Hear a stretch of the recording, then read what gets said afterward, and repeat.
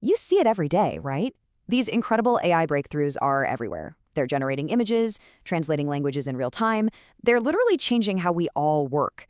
And if you look closely, you'll notice pretty much all of them come from just a handful of very big, very familiar tech companies. They really become the face of this whole AI revolution. But honestly, that's just scratching the surface.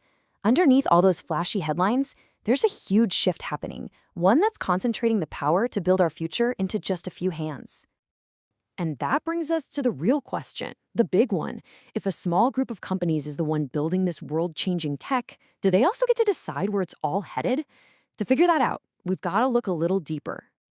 So how do we actually get to the bottom of this? Well, to understand who really holds the cards in AI, you just have to follow the resources, the essential ingredients you absolutely need to build the kind of cutting-edge systems we're seeing today. And it really boils down to three key things. First, you need the brains, the brilliant, highly skilled PhDs who are actually inventing this stuff. Second, you need an almost unbelievable amount of computing power. And third, you need data. And not just a little data, massive, massive data sets to train these models on. Whoever has these three keys, well, they hold the power. This whole situation sets up what is basically a race for resources. So we're going to do a little investigating. We're going to find out who's winning the competition for talent, for compute, and for data. And the results, they are pretty staggering. All right, let's start with what might be the most important ingredient of all, the people, the human minds behind these machines. Where are the top AI experts actually choosing to work? Just take a look at this trend. Back in 2004, only about 1 in 5 new AI PhDs went to work in the private sector. The vast majority stayed in academia, teaching and doing public research. But fast forward to 2020, and that has completely flipped on its head. Now, almost 70% of new AI doctorates are heading straight for industry. This quote from the Dean of Work University really just captures the vibe perfectly. It's this feeling inside academia that they're being drained. And it's not just the new grads either. Established professors are getting hired away too, creating this massive brain drain from our public institutions. Okay, so industry is clearly winning the race for talent. But what about that second key to the kingdom? What about the raw computational muscle you need to build these giant models? The numbers here are just, wow, they're jaw-dropping. In 2021, the entire non-defense U.S. government spent about $1.5 billion on AI. That same year, the global private sector spent over $340 billion. I mean, that's not a gap, that's a canyon. To put that in perspective, a single Google subsidiary, DeepMind, was funded with $1.5 billion in 2019 alone. That's the same as the entire U.S. public sector a couple years later. And this is what all that money gets you.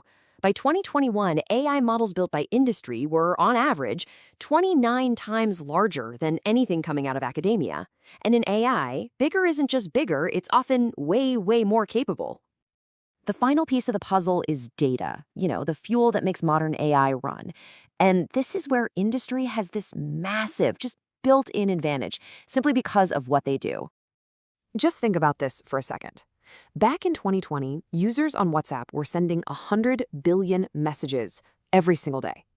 That is a fire hose of real-world data that public researchers could only dream of accessing.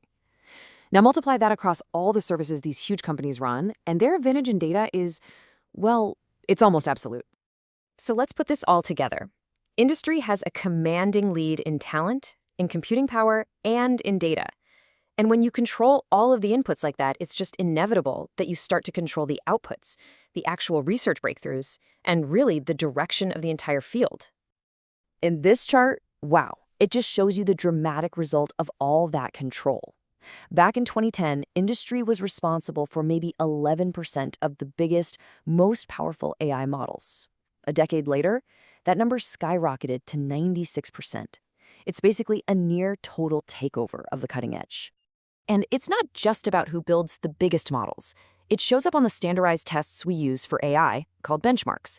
Take sentiment analysis. That's basically understanding the emotion in a piece of text. Before 2017, academia held the top spot on that benchmark 77% of the time. Since 2020, industry has led 100% of the time. It's the same story across the board. Industry is now setting the state of the art. So what, right? Why does any of this actually matter? Well, this massive concentration of power, It has some very real benefits, but it also comes with some pretty significant perils for all of us.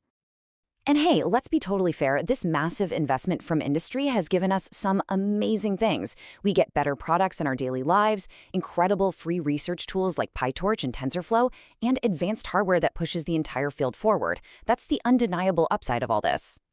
But here's the other side of that coin. The motivations are just different. Public interest research might focus on using AI for healthcare or to augment our own abilities to make us better. But industry, by its very nature, is pushed towards profit.